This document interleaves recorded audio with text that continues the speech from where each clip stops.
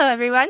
Welcome to the Health Chats podcast. I am your host, Kelsey Grieveson, and I am sitting here with the beautiful Sulyn Harvey. Thank you for being here.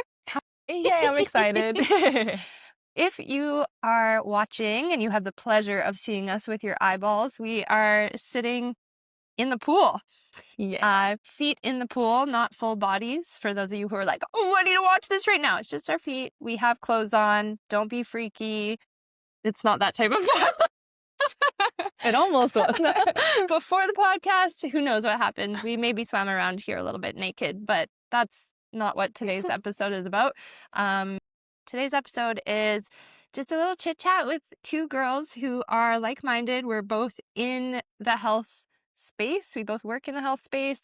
And it's always nice to have a mirror to have a conversation with and just kind of like share our ideas and our thoughts and just kind of see where it goes. So that's what we're doing. But before we do anything and we give introductions, we have some sacred cacao here in Bali, Ubud specifically. I would say cacao is a sacred modality that is used before doing yogic practices like kirtan or like meditations, and it is said to hold a lot of special energy. I'm not going to sit here and pretend like I know everything about it, but how you do a ceremony, or how I've done one in the past, is you bless the cacao, you give thanks and gratitude to the cacao, and then you set an intention for what you would like to experience in this moment. So we can do that by taking a piece of the cacao. So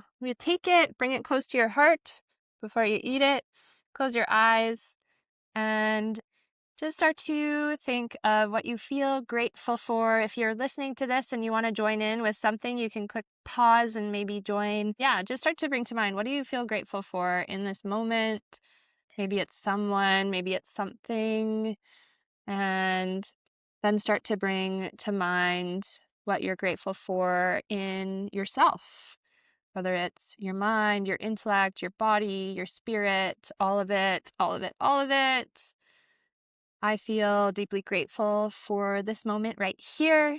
Sharing time, sharing space is one of my favorite things. I'm a quality time girl, so I'm pouring that into the sweet cacao. And then intention. So my intention is to just be here and be present. Sulyn, would you like to share an intention? My intention is to stay calm because I typically get nervous when I'm being filmed, but not today. I'm going to stay calm and just stay authentic. The cacao, pour all of that energy, intention, gratitude into this cute little square. So good. And cheers. Cheers. Oh. Oh. This is the mint one. And goji berry. Mm-hmm. Oh my god. That's good. Wow. What's the difference between cacao and chocolate? Cacao is like the bean or the fruit, and chocolate, like a chocolate bar, has sugar and milk and other things added to it. So it doesn't have that. Like the percentage, I think this one might be 77%, which means it's majority cacao.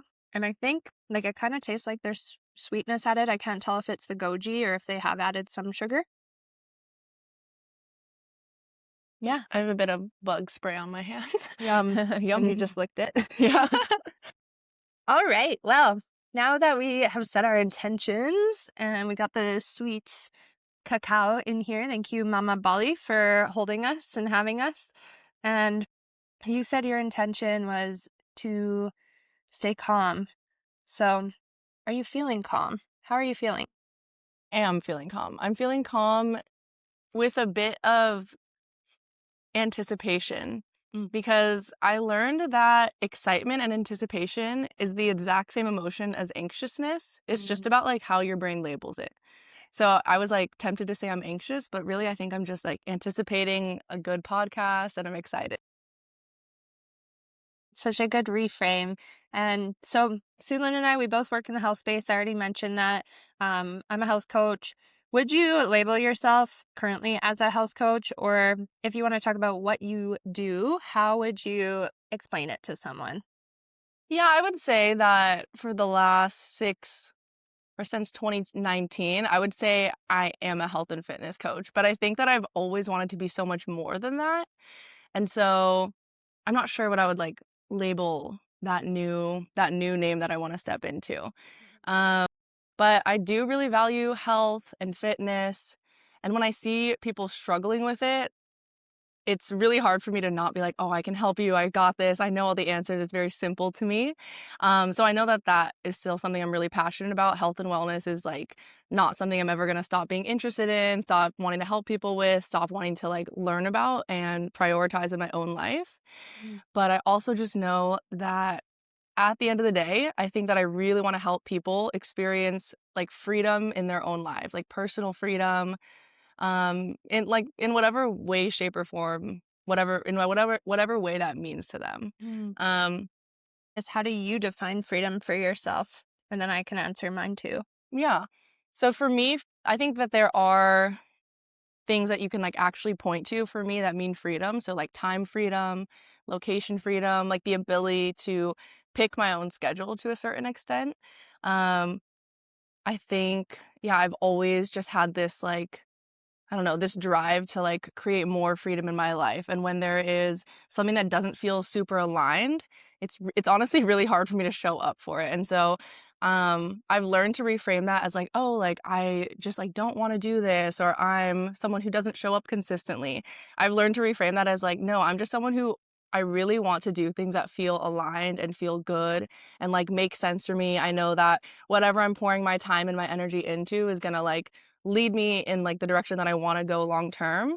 So I guess like living a life that feels really aligned is ultimately freedom to me. Yeah, I feel the same with that, like time freedom, location freedom, body freedom, spiritual freedom.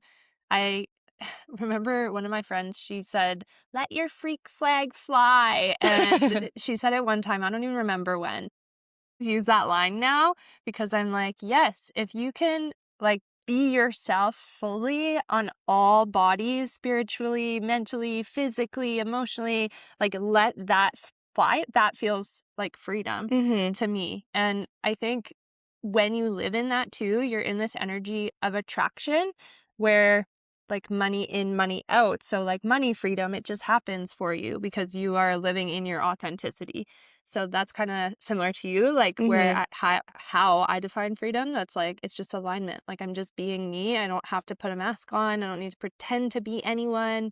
I can have deep conversations if I want. I can be a fucking goofball and weirdo if I want to. I can talk business. I can talk like spirit. It's all of it. It's Yeah, like no limitations absolutely. on anything. And I feel like Bali. Oh, I have a flower. I forgot. Oh. Guys, we couldn't figure out which side was like the I'm in a relationship One side means single, one side means taken, and we don't know which one. So If you know, comment below. Comment below. we're each trying out one side. So Yeah. yeah. We each have a side. And who knows if either of us are single or if both of us are taken. Mystery. Maybe we'll talk about that today on today's episode. Maybe not. But I want to go back to what you said about mental freedom, because I think that is something that I've recently been really focusing on and working on. Is like something I've been just challenging myself to do is find like the areas in my life that I like shy away from or that make me feel really uncomfortable inside and like give me that anxious feeling. Like, are there certain topics of conversation that I'm shying away from, or certain situations that I like, yeah, like kind of like try to scurry out of, or even certain things like I used to be really uncomfortable even just like taking a selfie in public in front of people, and I was like, why does that make me so uncomfortable? And so I've been trying to just like lean into like asking myself, why is this uncomfortable for me? And like, cause I can like feel it holding me back in some way. And then I just really try to lean into it to like expose myself to it and get over that fear. yeah. Yeah. Oh, I love that. That's like such mindset work, Mm-hmm. right? Would you define it as that? Like mental freedom is working on your mindset and leaning into those areas of resistance almost. Yeah. Where right now would you say it is the most resistance in your mind that you're like, I know I need to lean into this, and maybe you still feel a pullback? Yeah. I mean, even like coming on this podcast, I would say I've known since a very young age that I'm like scared of public speaking. And so I've always like known this for a long time, like, oh, what I want to do probably will require me to speak in front of people, or it would be really helpful at least to have that skill and not be nervous about it.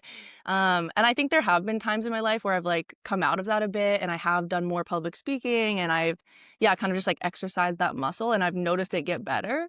But then also with working online, it's also easy to sometimes just be a little bit more isolated. And so I've kind of noticed myself go back to being more uncomfortable in those situations. So I think that is like the biggest thing that I want to work on because I think professionally it will help so much in my personal life. Um, just not feeling nervous when I'm speaking and there's like a camera on or an audience to listen to me. I think that can just like open up so many doors and like make me feel so much more free. I felt like you were so good at speaking. Like, honestly, whenever that was, like, over a month, whenever we first hung out, I was like, "You should be on my podcast." And you were like, "No." I was like, "No, like, actually, like, you and I have such good conversations." And I think I want to acknowledge that you're, like, leaning into that and also just, like, give you your flowers that you are really good at speaking. And I think by doing it more, you're just going to start to see that in yourself. Because I know for me, when I was younger, like way back, and I've talked about this on the podcast before, but I was so shy, so shy. And I wonder if sometimes there's people from like high school or junior high who ever watch this. If you do, like, thank you, love you.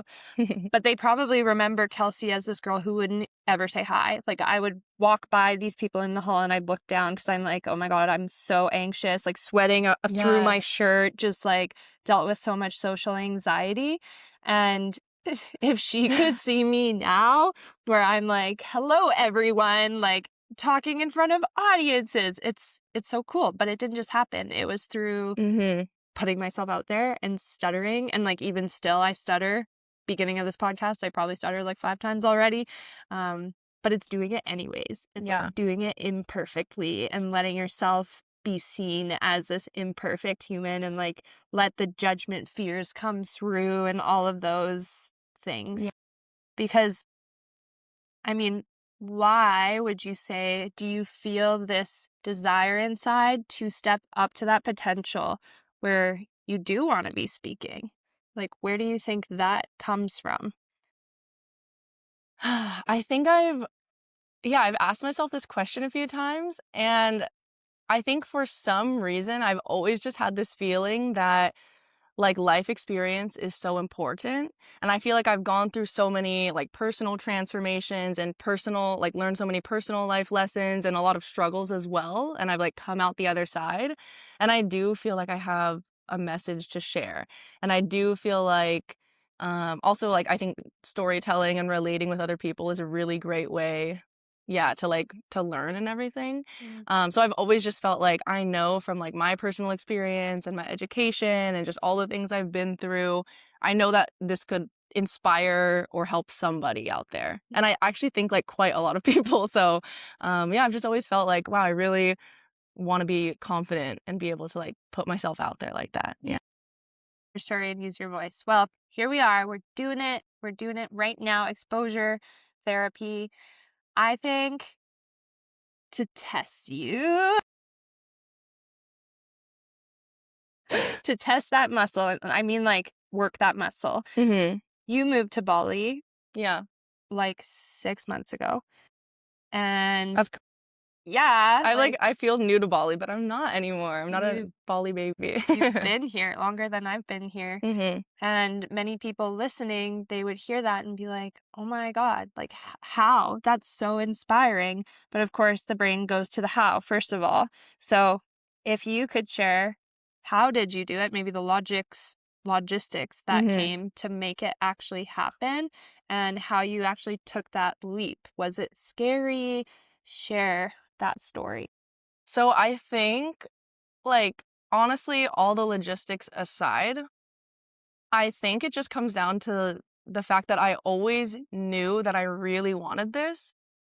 And I've literally done, like, every single decision I've made in my life has been to shape my life in this way. So for example, when I was in college, I have a pre-health degree, and I just knew in the back of my head, I know I'm not going to go to medical school. Like, I know that's not the path I want to take because I don't want to work in an office 9 to 5. I don't want to have like that type of schedule in my life. And so I literally just like always kept making decisions to like get myself to create this type of lifestyle. So that's what originally actually got me into like personal training, because I was like, I love, even though I'm scared of public speaking, I love talking one-on-one with people, and I love like connecting with others. I've always said like literally I don't really care what I do for a living. I just want to be able to like talk to people and like the people I'm working with. So that's why I started personal training, because I was like, I love exercise, I love talking to people. Like, what a perfect job. Like, I'd have like a flexible schedule, and that like just seemed like the thing that made sense. And then I just like kept making decisions around that, like, okay, can I do this remotely? Can I do this online? Like, and so I think I just subconsciously at the beginning, but then started to become conscious. Literally every decision I've made in my life has just been around like, I know I want to travel. I know I want to go to Bali one day. I know I just want that type of life. And so it wasn't really like a super logistical thing. Like, I didn't save a certain amount of money and then go, or I didn't like do a certain thing and like check off all these boxes and then go. I just kind of like shaped my entire life around this because it's what I've always wanted. It's like, that's so simple.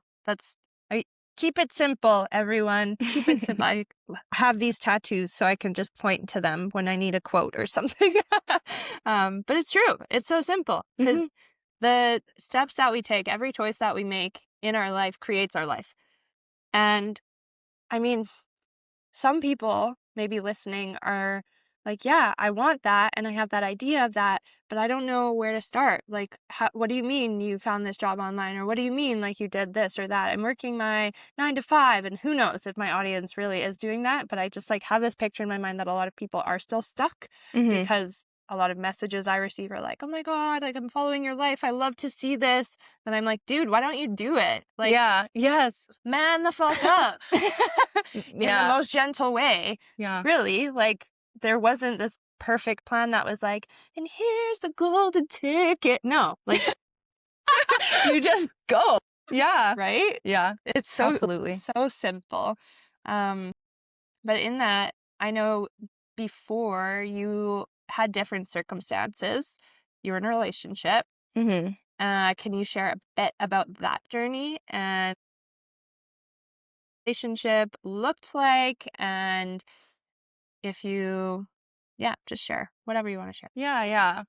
So I'm 28 and I feel like a divorcee. Like, I feel like an old divorcee. I don't know. Because I feel like I did like the whole, we were never married, but I feel like I did the whole like proper relationship. We met in high school. We fell in love. We like stuck it out. We did long distance while we were in college. And I just feel like that was like the trajectory that it sounded so cute, like this like beautiful like love story from high school, and it just like sounded perfect and cute. And my ex was like a very stable person. He had a great career. He was like extremely intelligent. He was a great person. And so yeah, I just feel like on paper it just kept making so much sense to me, but something inside just didn't feel quite right. It was like more of an emotional thing, more of like a nervous system thing. Like, I just slowly over time started realizing something wasn't correct about it. And so, yeah, I ended up actually coming to Bali. We were still in that relationship. I don't know if I told you that, did I? Yeah. Yeah. We were still in a relationship, and I came to Bali originally with the plan of just finding myself a bit more because, I don't know, I think when you're in a relationship for so long, especially since high school, like we've been through so many phases together. But I think when you start a relationship, you kind of like get stuck a little bit, or not get stuck, but you kind of always remember yourself as the age that you met your partner in. So like, I would sometimes find myself thinking a lot like a child because me and my ex met, and yeah, we started dating when we were in high school. So I just felt like I wasn't like fully developing into an adult, and I kind of felt like I was still stuck in like a child's mindset in a lot of ways, and I was kind of like dependent on him because he'd always been around ever since I was 18, like my entire entire adulthood. So I came to Bali to be independent. I was like, I don't like who I am right now. I feel so dependent on you. People used to describe me as like very outgoing and super independent, and people would always say, wow, Sulyn, like you really like don't care what other people think about you. Like you're so you like never get embarrassed. And like I used to take pride in that. And then I slowly started realizing towards the end of me and my ex's relationship, I had like no confidence in any of those things anymore. So when I came here, I came with the intention to find myself, and the goal was he would come a month later. But ultimately, I think when you just like spend a little time by yourself finally, you get to really know yourself. And I just knew that the answer was it didn't make sense for him to come. I told him, of course, you can still come to Bali. It's not like I'm gatekeeping Bali, but Yeah. he honestly only wanted to come because of me. And I think that was another reason that it didn't really make sense to continue anymore. So yeah, that relationship has ended.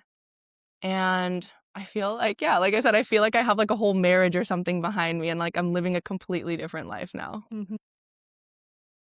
A journey. I wonder if anyone listening can relate to that.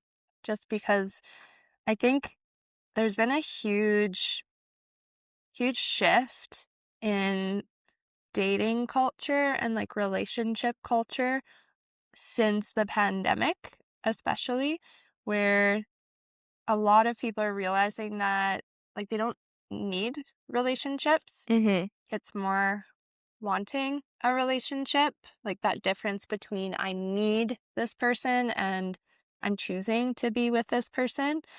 And I think it takes a lot of courage to leave something that you spent so much time in, like so much of your life, most of your life, right? Like My entire adult life. Yeah. entire adult life. And then going off and being like, this doesn't serve me anymore, and I'm just gonna like go the complete opposite direction. Yeah. Yeah, it's huge. It's really huge, and it's inspiring for people. Yeah. I'd say I'm on a similar journey, which is like why I'm like we're two mirrors having a conversation. But mine was, 5 years ago, and now I'm like figuring out how to love and like accept someone into my life again. And I know I no longer need, I feel like I've fulfilled so many of those needs in my own way, like being single for so long. But now it's that want. And it's like, ooh, I'm allowed to have a want and like not feel guilty about it. And it's actually really healthy to want a relationship and want a partner and have someone alongside you on that journey. So yeah.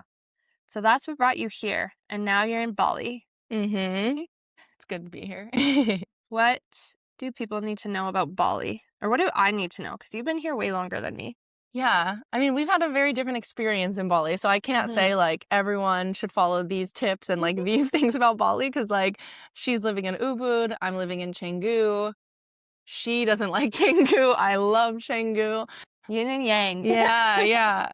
And I don't know. I would just say Bali is like, I actually just recently made a post about this, but Bali is a place where people come and go. And so for me, it's really been a chance to just like keep meeting myself over and over and over, because I go through phases where I have so many friends and so many plans. Like it's like gym, lunch, bar, restaurant, club, another club, no sleep, like just so many plans in a row. And then all my friends will fly out or go back home or go to like their next destination. And then I'll have like a lull period where I'm like, I really don't have that many people that I can text, or I don't really have anybody that I like feel that close to on the island right now. And like during those periods, it just makes me realize like, wow, like it's really important that I'm happy with myself and that I'm happy with like what I'm doing in my own personal life, and that I'm not, like using other people to distract me or to keep me busy, or using it as like a way to like avoid myself. Because Bali will like force you to come back to yourself over and over again. And especially Ubud, where it's like you're surrounded by so many healing things. It's like I wake up every day and there's this list, and it's like, here's 7 different ways that you can look inward today. I'm like, okay, okay, do I do that or do I stay at home today? But you're right. Like it's this huge mirror. And I think that's what brings so many people here. Like as uncomfortable and as scary as that may seem, it's also such beautiful, deep inner work and a way home to Mm-hmm. yourself. Because, oh, I was chatting with someone the other day in a cafe, random guru, let's call him. And I was talking about my friends back home and how I miss them so much. And I'm like, yeah, like we see each other every week. And to me, home is where your people are. And I do believe that. I still do. He didn't shift that belief entirely in me. But he was like, I hear that. Like, home is where your people are. But the true home is through you. Like, you are home, Mm-hmm. your body, and I think he used like a turtle shell as a metaphor. He's like, think like a turtle, like your shell, your physical being, your body, that is your home.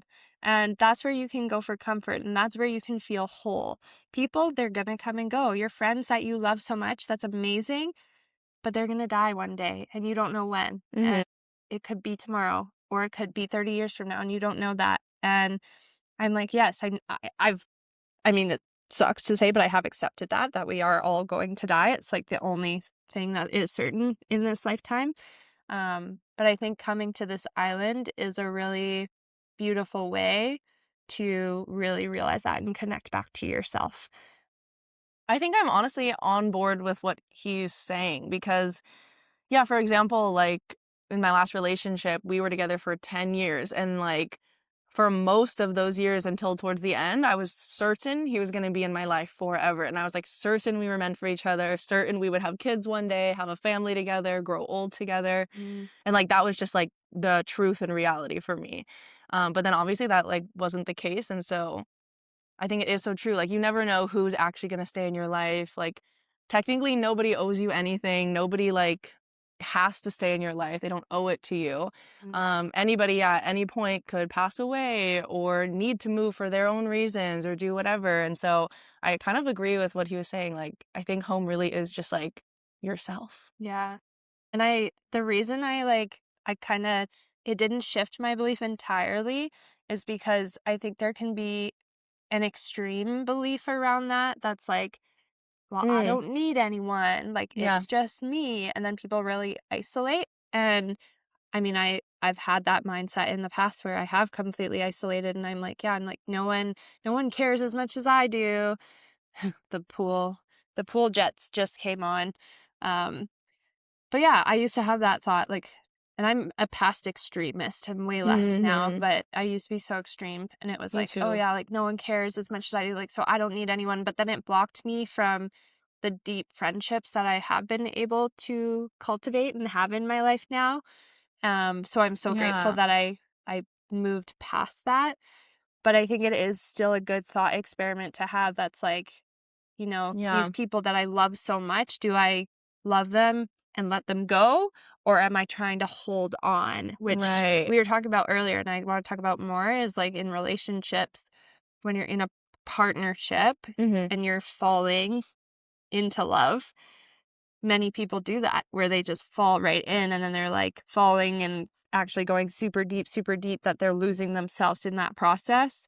So I think a healthy relationship and what I'm attracting into my life anyways is one where you rise in love and like it's two of you, say on you're on train tracks, like you're not on the same train, but maybe, I don't know, the visual I'm thinking is you're both on the same train tracks and you're just like moving in the same direction, but you're Mm. your own humans. Okay, okay. What do Maybe you think? I guess, like, maybe I think of it more as, like, a double helix, like, you're like, like this. Yeah. Ooh, that. Yeah. Like, you're sometimes apart, but then you come together, and, like, that's what, to me, makes a relationship different than, like, a friendship, or I mean, I'm sure, yeah, some really close friendships, I think, can also be like this sometimes, but I think for me, like, romance and partnership has always been a really core value in my life, and so I definitely don't see a problem with being, I don't wanna say intertwined, I don't know what the right word is, but, like, Mm, very close and, like, crossing paths and, like, doing things together and like planning some things around each other. I definitely think there's Yeah. like a beauty in that. Because yeah, like you said, like the hyper independence, I also went into a little bit of that mode at one point in my life of like I'm a lone wolf and yeah, like no one understands me, no one gets me. Mm-hmm. But yeah, it also is super isolating because when you're in that mindset, you're almost in like a superiority complex. Like I'm better than everyone. I'm more enlightened than everyone. Nobody else will be able to understand. And like that's like also not a good place. Like no one wants to be connected with someone who thinks they're better than everyone. Yeah. Yeah. Through that, I've had my fair share of superiority complexes. And it was actually when I started my business where I fell into that. Me too. We can Yeah. talk about that too a little bit. I remember I hired a business mentor and like everything, I'm grateful for all of it because this is how we learn. Like, none of this is like, oh, damn, like, fuck that past part of my life. I'm glad. Am I also glad that I'm no longer there? Yes. Mm-hmm. But I started it, and basically, if I had to give it a template, it was like, you are committed to your business, you're marrying it, nothing else matters, no one else matters. You are like birthing a baby, and you need to make sure that you water it and take care of it and feed it and like block out all of the extra noise. That was Mm-hmm. pretty much what the mentorship taught me, or how I took it in anyways. So I was super isolated. I was in my room all the time, like making content and like building strategy and figuring out like, what do I need to do here? What do I need to do there? Just like so disconnected from Mm-hmm. everything. And I remember whenever I would try to go out and connect with people who are on a different path, I was like, oh, like, you're not a business owner? Yeah, same. I'm like, We all went through that phase. looking down on them. It's like, yeah, I have a business, my business that was making no money and like was burning me to the ground. But I'm like, but I have this thing that I'm doing. What are you doing with your life? And it was so, Yeah. so icky, so icky. So you're right. Yeah. I like that helix. That's like the entanglement of it. And like, I see it where like people, ooh, I like this thought experiment. Like, you're both superior and you're teaching each other things. One person is inferior, one's superior, they're learning. Then you're like both human, like in the midline. But then it's like you teach and you learn and you teach and you learn. And I feel like that is just like such a harmonious relationship, whether it's romantic or friendship. Yeah. Yeah. I do too. I like that. I agree. Yeah. How did you, when you were in that business mind, Mm-hmm. what brought you down from the superiority complex? Let's label it that. Yeah, I think so. Let me think. I went into like a hyper wolf situation. I mean, I was actually still in my past relationship, so I wasn't completely alone. But I did even isolate myself, I think, within the relationship. I think it put a strain on us that like was yeah. I think like obviously we broke up for many reasons, and like I think that was like part of like the start of it actually. Um But yeah, I went into like a lone wolf mentality where I was like willing to cut off like anyone from my past that like wasn't like 100% on board, even if they weren't like not supporting me. If they just like didn't really get it, I'd be like, they don't get it, like they'll never understand, like yeah. And I think I ultimately just started to realize like I was extremely disconnected, I was really unhappy, and I was getting into like a really cynical mindset. And I think yeah, I just started to realize I'm not the person I used to be. And I think that was like the whole point of owning my own business for me. I was like, I want to be able to be myself. I want to be able to, like I said, I don't care what job I work. I just really like talking and connecting with people. And I was like, I'm not connecting with anybody. I'm not myself anymore. I'm not becoming more myself. I'm just becoming like a copy of somebody else that I saw that was successful. And so I'm just trying to be like them. And I just felt more disconnected than ever. And so I think for a long time, I kept trying to push and push and push because my ego was like, no, like this is like the framework that's quote unquote working. Like you are like having like, you know, on paper a successful business. But I was like genuinely depressed and like really dying inside. Um, and yeah, I think I really like didn't listen to my emotions for so long that I actually started to have physical symptoms as well. So I would have just super weird PMS symptoms. I was starting to have like literally no libido at all when I've like in the past always had a very high libido, and like sex is very important to me. So that was like, I was like, who am I? I'm like losing like all of these things and like all these things that I like about myself. Um, I gained a lot of weight because I was super stressed. I was having insomnia, waking up in the middle of the night. Like, I never had an actual anxiety attack, but I think I was on the verge of like about to be getting anxiety attacks. And yeah, I just felt terrible mentally, emotionally, and physically. And that's when I was like, I need to change my methods. I need to change something really dramatically in my life right now. Yeah. Yeah.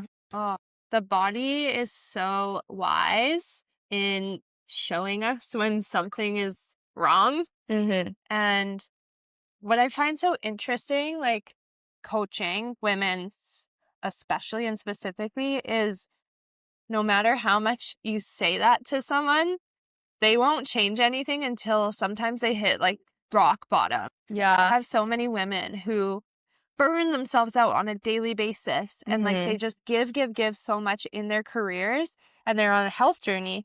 And I'm like, if we just quit your job and like gave you some time and put you in a different role where like you could probably make the same amount of money, actually maybe more, you would see results way faster Yeah. Yeah. in your physical body and then be able to show up with clarity in your mind. Like, why do you think that is? I guess it is the ego, like you said, that kind of keeps us. So I was thinking about this, how like some people hit like rock bottom and then it elicits some change in their life. And I was thinking about that quote, how you do one thing is how you do everything. And I was thinking about my past relationship and then the way that I stepped back from my first business. And I was like, wow, there's this pattern in my life where I let something get extremely bad. Like I let it get really, really bad, rock bottom. I'm feeling terrible. I'm depressed. I feel like, I don't know, I just feel like numb inside and like, Yeah. I just feel like, what's even the point? And I was like, why do I let things get so bad before I like can end them? Yeah. Like me and my last relationship, my ex, I would say have like a normal, like good relationship.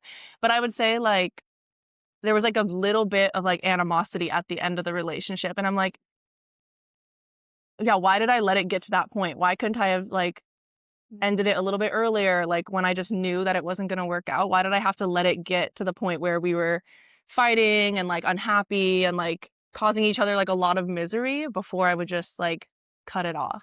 And I think it honestly comes down to like self-respect. Like how much like bullshit and like badness and like bad things are you willing to tolerate for yourself before you want to change your situation? And I guess for me, I was just like, yeah, like my emotions don't matter, my feelings don't matter, like I just need to keep pushing or I just need to keep grinding, like hoping something would change about it. Because I guess maybe I just didn't have that like self-awareness and self-respect to be like, no, I need to call it because this is like not as good as it could be, as good as I know it could be. Totally. Yeah. And like clarity on values too, I think is also a really big one. I remember when I first figured out what I value in my life, and this was only when I was like 22 years old, I think. So like 6 years ago was the first time that I was like, yeah, what do I actually value? And I had a therapist who gave me a value sort. It was 99 values to choose from. And I printed them off and I cut them all out. I was like, wow, like this is actually a really good practice that I would recommend anyone does. If you're listening and you're like, honestly, I don't really know, like when people ask me. But I went through all of these and I was like, not really important, important, very important, not really. And I like sorted through all of these values to figure it out. Because when I think you're clear on that, it still might not change how you show up for yourself, but it brings more awareness into it. And awareness is everything. Like you need to be aware and then you go and you take action from that awareness. So you might be aware, you might have like a bit of an idea of like, yeah, like I do care about my health. But if you look at your calendar, do you really? Like if your calendar is different than maybe what you speak to yourself or what you tell yourself or you tell others, I'm going to believe your calendar every time where you're spending your time. And there's that quote that's like, when the pain of staying the same becomes worse than the pain of change, that's when you change. I think that's another one. That's like, your pain wasn't deep enough in willing to or wanting to change. Yeah. right? Like the pain of being in the relationship and like working on your business was like, yeah, like this is hard and this is beating me up. But your mind was probably like, but it's harder for me to like go and change this. So I'm just going to keep doing this thing. Yeah. So I think like that feels like a golden nugget for people listening. If you're in something and you're like, yeah, man, like, fuck, I hate my life. Like, I wish I could have this different life, but you're still not doing anything about it. You're probably one, not clear on your values, have self-respect, like you said, or the pain is just like, it's not worth it. So I'm not going to tell you to like dive deeper into pain, but it might help to like find a different pain. This is why people do ice baths and shit, to help build that resilience in your mind to move towards the uncomfortable thing. Right. Yeah. And I think also something that I have been working on a lot is making sure that the emotions that are driving my decisions are positive emotions. Like, am I making this choice because I'm excited or because I'm hopeful or because I am happy about it? Or am I literally just making this decision because it's like, it feels like a security blanket. It feels like I'm anxious to like make the other decision. So I'm just going to do this instead. Like, am I making it from a place of fear or am I making it from a place of like happiness and excitement? And I think that is like super important for like, yeah, just helping you decipher like, yeah, like what decisions are you making and like whatever place you make a decision from is what you're going to get more out of in life. So if you're making a decision based out of anxiety, you're just going to create more anxiety in your life. Yeah. But if you're doing it out of hope and like inspiration, that's typically what you're going to get out of that decision.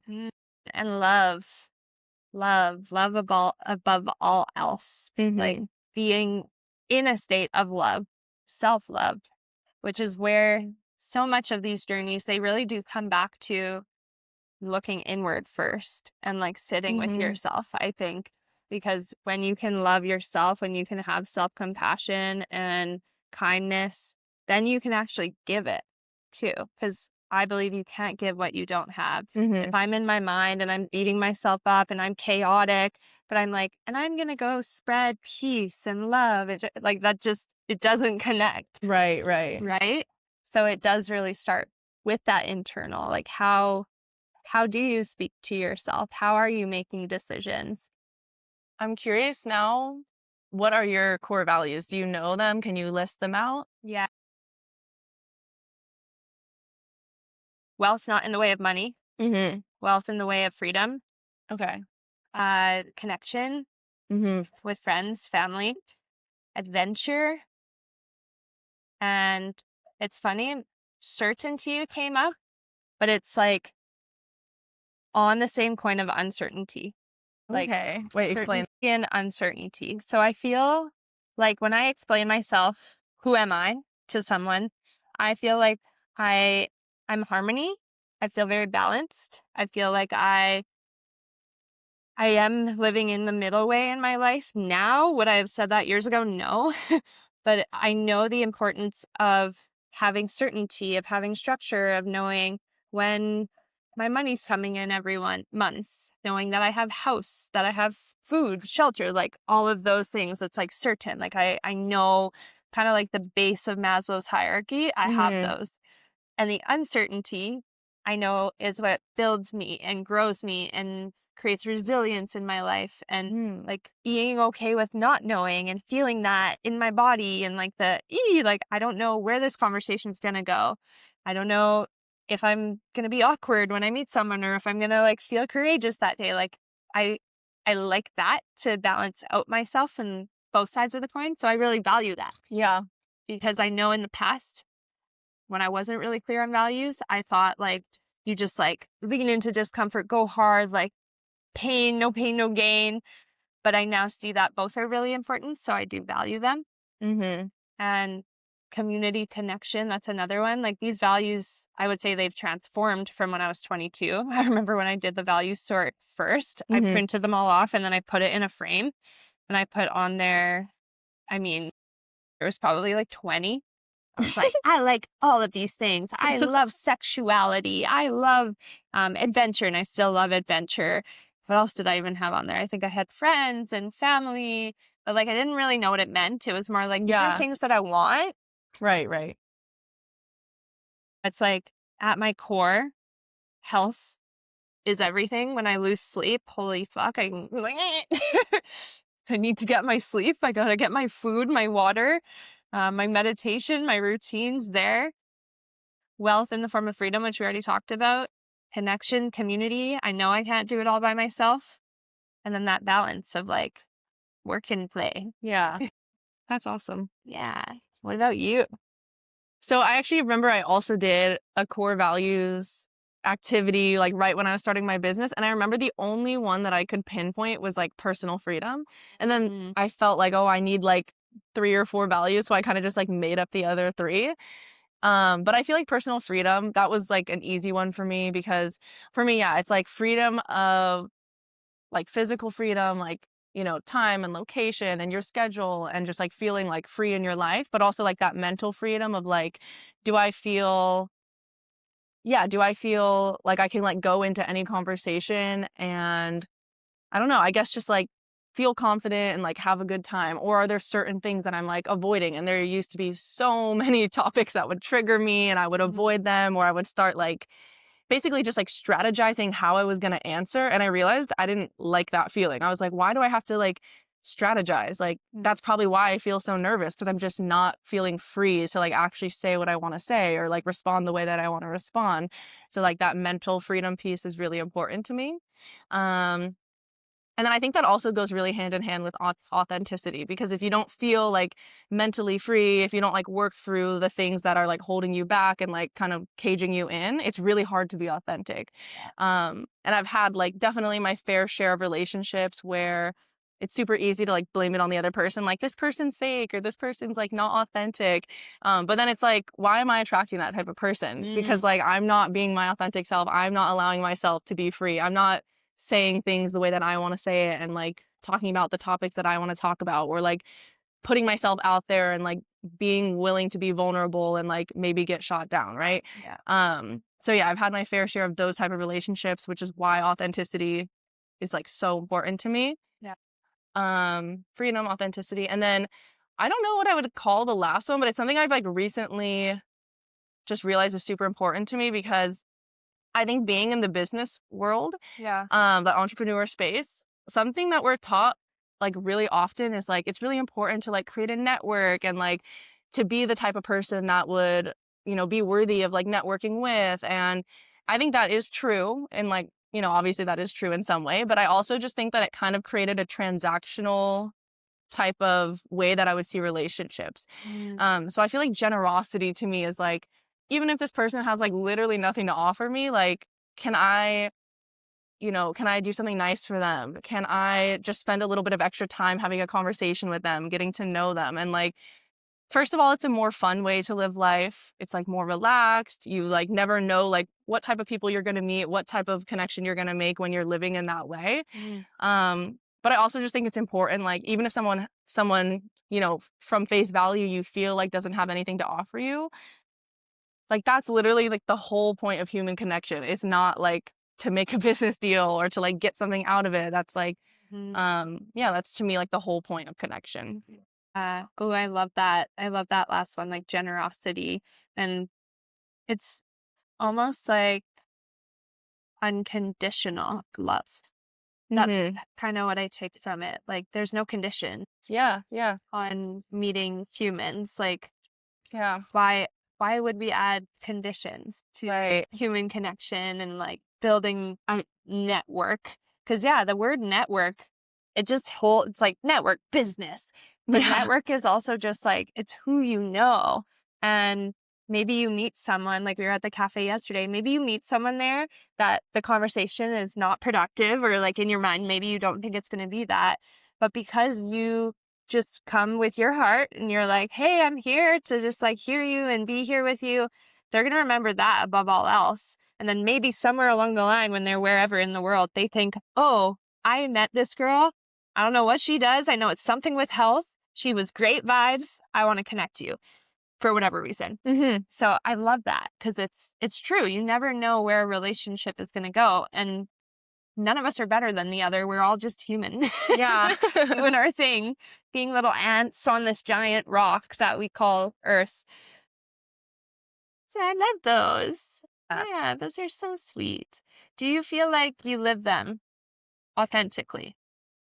I think so. I think in a lot of ways I've lived personal freedom, but then I think obviously in a lot of ways, like, for example, talking about my last relationship and me not ending it probably like at the moment I know I should have. I think that there's like always room for improvement for everybody. So I think in a lot of ways I have created a super free life. Like I do live in Bali now, and that's like always been my goal. I have been like full-time traveling for over a year now. I have yeah, I've like always worked remotely. And those were all things that I feel like I guess like on paper I could say like, yeah, this is a free life. And so I guess I'm still working towards certain things like mentally where I'm like, yeah, like this is a topic that triggers me. Why does that trigger me? I need to like think about this a little bit longer and kind of work through that on my own. Mm. And I think honestly, Bali has helped me do that a lot. Maybe it's because I'm finally like not in that relationship that was, I feel like, holding me back a little bit, or I was holding myself back in that relationship. But yeah, I feel like Bali has helped me in a lot of ways, like grow really rapidly in just the last 6 months, probably more than I had in the last like 2 years before. Yeah. Yeah. Aw, to be happy. And I relate to it too, being here. I've only been here for like just over 2 months. And I feel like the authenticity muscle is like worked every single day. Mm-hmm. It's like you just be yourself. Yeah. There's no one else that you can be. And it's so easy to say that. But I think when you don't go outside of your usual environment, like something I notice when I'm at home, and maybe people, like I know a lot of people listening to this are from my home, you probably don't feel very comfortable walking down the street and like singing or dancing or like doing weird stuff. Like I know I did that a couple times when I lived at home, but it wasn't like, oh, I can just do this. Like who cares?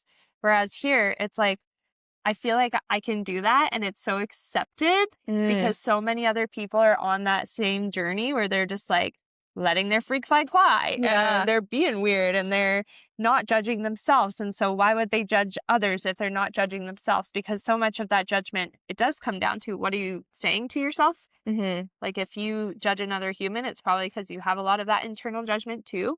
So yeah, if you need some personal development, come to Bali. 'Cause it'll happen for you if you're in the right places. Yeah. I think that is like an interesting topic though. Like, for example, in Ubud, you feel like it's really easy to be authentic and it's really easy to just like be yourself and like do all these things that you wouldn't feel necessarily comfortable doing at home. But I guess the question to ask is like, why not at home too? Like, Yeah. yeah, because I think in certain environments, I used to also have this feeling. I remember when I was in high school, I would do like my high school would put on some retreats. And like for those like 3 days where like all the high schoolers are like in this auditorium and like there's speakers coming talking about authenticity and like we're starting the day with like a prayer. I went to a Catholic school and like just like yes, the environment is setting you up for authenticity. Of course, it's like easy to be authentic. Yeah. But then what happens when you're like taken out of that environment? Like what do you think like shuts it off for you? I think it's the lifestyle being very different. It's being surrounded by people who are much more corporate and I mean wearing a lot more masks of their own. Mm-hmm. So it's almost like the mirror effect or like the influence effect. That's like, I'm going to be such an outcast if I am just doing these things Yeah. and not wanting to be looked at that way, Yeah. which is like, yeah, but like, who cares? But I think to be human is to want to be accepted, Mm-hmm. like, no matter what. Yeah. One of our needs is to feel accepted, even if it's by strangers. But also, like, a lot of people, they want to be accepted by their parents. So, like, that's why people, they go to school. Mm-hmm. And then they get married and they like hop into these things that they're like, me at my core doesn't want any of this, but like I want to feel accepted and this feels like a more important need. So yeah, I think living at home, acceptance probably more of a need, and then it's just like almost easier to do that. But then I look at my friend circles and that's a different story. Like around them, it's like I can be fucking literally me. But the difference is here, it's like you can be yourself everywhere because it seems like everyone is doing that. Does that make sense? Yeah, no. it's like your the mirror. environment shapes you and like Yeah. you become the people that you hang out with the most. So I think that's definitely true. Yeah. And this just reminds me of what we were talking about yesterday of we were talking about authenticity and like how we can bring this mentality back to home and like spread it around the entire world. And I think maybe it starts with like you said, like being willing to be a little bit of the outcast, but being willing to like be like the thought leader of that whole movement when you go back home and everything. And yeah, obviously like probably if you just start, I don't know, dancing naked in the street, that probably will come off a Just little bit so weird. extreme. But you know, like We do that you can here. ease people in. You can like slowly start changing people's minds around you. And like obviously you might not change like everyone's, but I think I've, for example, like changed my parents' mindset on life like quite a lot just because of the way they like see me live. And they used to be really concerned for like the way that I wanted to make decisions and my lifestyle. And now they've really learned like, wow, like you make it work, Sulyn. Like you really like follow your heart and do what you want. And I'm like, oh, that's like great to hear them say that and like see that they've changed the way that they think just a little bit. Yeah. Yeah. It takes courage too, for sure. Like that's the muscle that I think, yeah, it's like, yes, I could just do that. And you're right. Like just be that thought leader and be the outcast and be the weirdo. But then it's like, you've got to make sure your courage muscle is something that you're training because it's fucking hard. It's so much easier said than done. So much easier. Was that proper English? Yeah, we're struggling with our English. Oh my God. It's so much easier said than done. Yeah, that's right. Yeah. The English language here is like different. Nobody speaks English as their first language here. Like, so we struggle. Unfortunately, theirs doesn't rise to our level. Ours lowers to their level. Because you become the 5 people you surround yourself by. So naturally, we're hanging out with people who speak Bahasa and like Italian and Hindi and like whatever other languages. That's like the main ones, I guess, for us. Maybe German if you have some German. Yeah, German. But Germans are perfect at English. Are they? They really have the best English. Sometimes they teach me vocabulary words. Yeah. Yeah. I love it. I love it. Well, I feel like we've been yapping and I kind of want to wrap it up because I don't have anything left to say. Yeah. I guess the next goal would be for you to find how you can be your authentic self in an environment outside of Ubud. So I challenge you to do it in Canggu. I hate Canggu. I don't... I can't believe how do you hate Canggu and I love Canggu and then we work so well together. Yin and yang. Yeah. I'm the yin. Or whatever. Sometimes I'm yang. Depends. No, I feel like I can go there and I can do that. But like, do I want to? I think that's also the power of choice of environment. That's like, I could try and stay home and like go against the grain and see all these corporate bros who are like overpowering the city and be like, I'm going to be a hippie and like try to, or I could put that effort elsewhere and like feel courageous in other areas of my life. And there's so many ways. But I do like to be the change that I want to see in the world. So I am going to take that as a challenge, not in Canggu, but when I go to other places where maybe it doesn't feel as like this feels like I'm surrounded by all these freaks that are just like me. This weird jungle. People are freaky here. Oh yeah. We were at a cafe yesterday and just like everyone who walked in. Everyone like holds your hand. Like they're like, hi, nice to meet you. And it's so like. So intimate. It's so like heartwarming. Yeah, I love it. And they look into your soul. Yeah. They're like, I want to make sure you're not AI. Yeah. So good. But I will take that as a challenge, which Bali is teaching me more of, and through conversations like this. So should we end how we started? Sure. With more cacao? Because we have these 2 little pieces left. So this one's the orange and fig.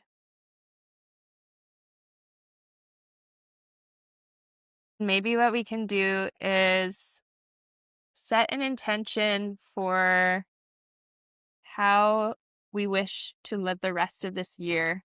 Ooh, yeah. And you should do it too if you're listening. Yeah. Because we are actually like 50% through 2026 about. So this is a good checkpoint to be like, have I been living in the intentions that I know you set New Year's resolutions because most of us do. So are you living in alignment in that? Are you still showing up as your highest self like you did for the first maybe 30% of the year before it got hard, before the effort became too much? So take that time right now, grab your cacao, grab your whatever, and bring it to your heart. Oh. Close your eyes. Feel into it. Do you want to go first? My intention? Yeah. Okay. I'm opening my eyes. Yeah. Okay. So I'm a very visual person. So I'm like thinking of this idea of how I want to act the rest of the year. So I'm thinking of like a mountain, like going on a hike. I love hiking and stuff like that and backpacking. And I'm thinking about when you go on a hike or a backpacking trip and you have like a very long hike ahead of you, like 10 miles, whatever, for the rest of the day. Like you literally just walk and you just keep walking and like your feet kind of hurt and you have to like go uphill the whole time. You're like, I could just like stop or I could just like take a nap, but you just like walk. You don't like sprint. You don't like run as fast as you possibly can. You don't feel like you're in a rush. You just like kind of walk. And I really want to live the rest of this year like that because I think I have a tendency to feel really rushed and feel like I need to like do this huge burst. And then I like want to rest because I'm kind of burnt out. And I think that I could just overall be happier with like what I'm achieving and what I'm doing and be more centered and present in my day-to-day life if I just take it one step at a time and like just go to the top of the mountain like I would go on a hike. Love that. I love the visual too. Ooh. I love when people are able to put visuals into words like that. Because I just like pictured Sulyn climbing a mountain. It's just like it's a marathon, not a sprint. Yeah, you? I love that. Intention is to stay in the energy of attraction. I journal through this a lot. Whenever I feel like I'm slipping out of alignment, I write down who is Kelsey when she's in the energy of attraction. And that version of me is one who prioritizes my health. It really comes down to the values. I prioritize my health in all forms. I prioritize being around the people who I know fill my cup. I make sure that I'm moving my body and I'm pouring into like my purpose and those purposeful things in my life, which come in form of bringing people together in community, creating content so I can reach to more audiences, inspiring, doing stuff like this. So my intention is to stay in that energy and stay grounded in it, not move into any extremes, and continue that while I'm exploring the world, because that's kind of what I'm doing right now, which is also like so amazing. Yeah. Yeah. Cheers.